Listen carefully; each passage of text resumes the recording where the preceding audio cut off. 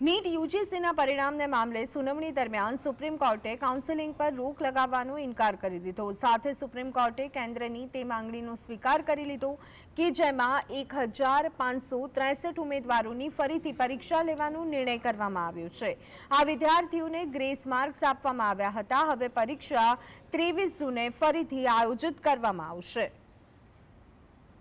NEET પરીક્ષામાં થયેલી ગેરરીતિઓને લઈ અને સુપ્રીમ કોર્ટમાં સુનાવણી હાથ ધરવામાં આવી, જેમાં કેન્દ્ર દ્વારા આપવામાં આવેલા પ્રસ્તાવનો સુપ્રીમ કોર્ટ દ્વારા સ્વીકાર કરવામાં આવ્યો। સાથે જ નીટ કાઉન્સેલિંગ પર રોક લગાડવાની સુપ્રીમે ના પાડી દીધી।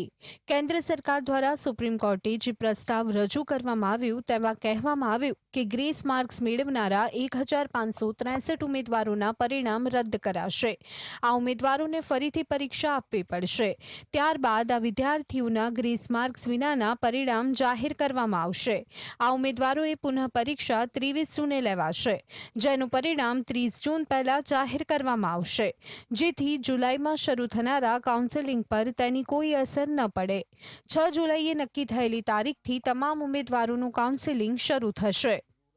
उन्होंने कहा कि जो 1563 स्टूडेंट्स जिनको कंपनसेटरी मार्क्स दिए गए हैं वो उनका रीटेस्ट हुआ जाएगा। उनका 23 जून को रीटेस्ट होगा। देखिए, काउंसलिंग पे स्टे तो नहीं दिया, स्टे नहीं दिया है काउंसलिंग पे, पर उनके काउंसिल ने कहा कि काउंसलिंग हम after the results of these 1563 students या जो भी पार्टिसिपेट करना चाहते हैं जितने भी स्टूडेंट्स, उसके बाद हम counselling will continue. There is no stay till the next date of hearing. 1563 लोग फिर से एग्जाम देंगे तो फिर से मेरिट या जो कहते हैं कि क्राइटेरिया उनकी रैंकिंग है फिर से डिसाइड होगी। ये इशू अभी भी हमारे पास ओपन है, जिसको हम आर्ग्यू कर सकते हैं 8 जुलाई को कोर्ट के सामने। अभी हमारा इशू पूरी तरीके से क्लोज नहीं हुआ है, क्योंकि कुछ स्टूडेंट्स ऐसे हैं जिन्होंने पिटीशन नहीं फाइल की थी, वो अभी भी कोर्ट के सामने नहीं है, तो उनका इशू अभी भी रेज होना बाकी है, जो कि हमारे पास अभी भी ऑप्शन खुला हुआ है। हम 8 जुलाई को कोर्ट के सामने ये इशू ओपन करेंगे।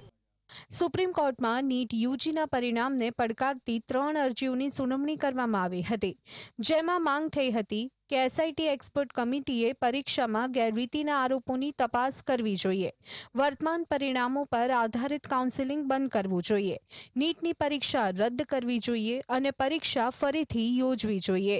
નીટ यूजीની પરીક્ષા લેનારી સરકારી સંસ્થા નેશનલ ટેસ્ટિંગ એજન્સી પહેલા તો પોતાની ભૂલ સ્વીકારવા તૈયાર જ નહોતી, તેવામાં હવે તેણે પોતે સુપ્રીમ સમક્ષ રીટેસ્ટનો પ્રસ્તાવ મૂક્યો છે, ત્યારે તેની વિશ્વસનીયતા સામે પણ સવાલ उठवा लाग्या छे। बात सिर्फ ग्रेस मार्किंग की नहीं है, क्योंकि एनटीए ने हमने बहुत प्रेशर, बच्चों ने जब प्रोटेस्ट करा तो बच्चों ने बहुत प्रेशर डाला कि भाई ये ग्रेस मार्किंग का कॉन्सेप्ट नहीं हो सकता। तो उन्होंने तब माना कि ठीक है, जो 1500 बच्चे हैं उनको हम इन्वेस्टिगेट करवाएंगे, अब उनका रिवैल्यूएशन या उनका रीनीट हो जाएगा। लेकिन बात ये है कि एनटीए ने जो एक नंबर दिया, इस पर जाँच क्यों नहीं हो रही है? क्या सबूत है कि सिर्फ 1500 है? क्या सबूत है कि सिर्फ 15,000 नहीं है? क्या सबूत है कि 1.5 लाख नहीं है? वो इन्वेस्टिगेशन क्यों नहीं कर रहे हैं? हम बच्चों के इतने नंबर, बहुत, जैसे मेरी एक फ्रेंड थी, वो 2-3 दिन पहले प्रोटेस्ट करने भी आई थी यहाँ पे दिल्ली में, तो उसके 0 मार्क्स दे रखे, जबकि वो 610 स्कोर कर रही है OMR से। तो ये चीज़ें एनटीए की गलती है, तो ये चीज़ें इन्वेस्टिगेट क्यों नहीं करती है SC? अब उनका ये प्रपोजल था कि इन 1563 स्टूडेंट्स को हम ऑप्शन देते हैं दूसरी बार एग्जाम देने का, प्रोबेबली 23 जून को। अब या तो ये री एग्जाम दे ये बच्चे, या इनका चॉइस है री एग्जाम ना दें और जिनके ओरिजिनल नंबर थे वो इनके रह जाएंगे, ग्रेस वाले नहीं रहेंगे। बट अभी भी 2 मुद्दे इसके अंदर ओपन रह गए। पहला, वो बच्चे जो माननीय हाईकोर्ट नहीं पहुंच पाए थे कि उनका समय का नुकसान हुआ है, उनको तो यहाँ पे कोई ऑप्शन नहीं मिला, सिर्फ उन्हीं बच्चों को री नीट का एग्जाम मिल गया दूसरी बार, जो माननीय हाईकोर्ट पहुंचे थे, जिनका समय का नुकसान है, जिनको ग्रेस नंबर। तो बाकी लोग के लिए कोई विंडो नहीं खुली है। तो यहाँ पे एक चीज़ है जो फेयर नहीं लग रही है।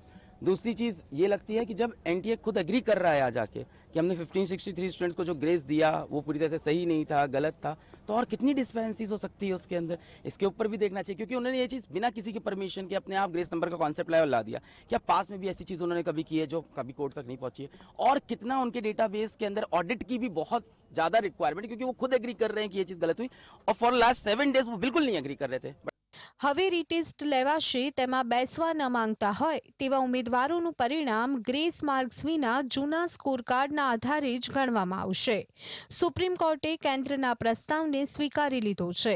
પરીક્ષામાં ગેરરીતિની ફરિયાદને લઈ ઘણા રાજ્યોની હાઈકોર્ટમાં પિટિશન પણ દાખલ કરવામાં આવી. આવી સ્થિતિમાં સુપ્રીમ કોર્ટના નિર્ણય બાદ હવે આ ફરિયાદ ઉપર હાઈકોર્ટમાં સુનાવણી નહીં થાય. Bureau report.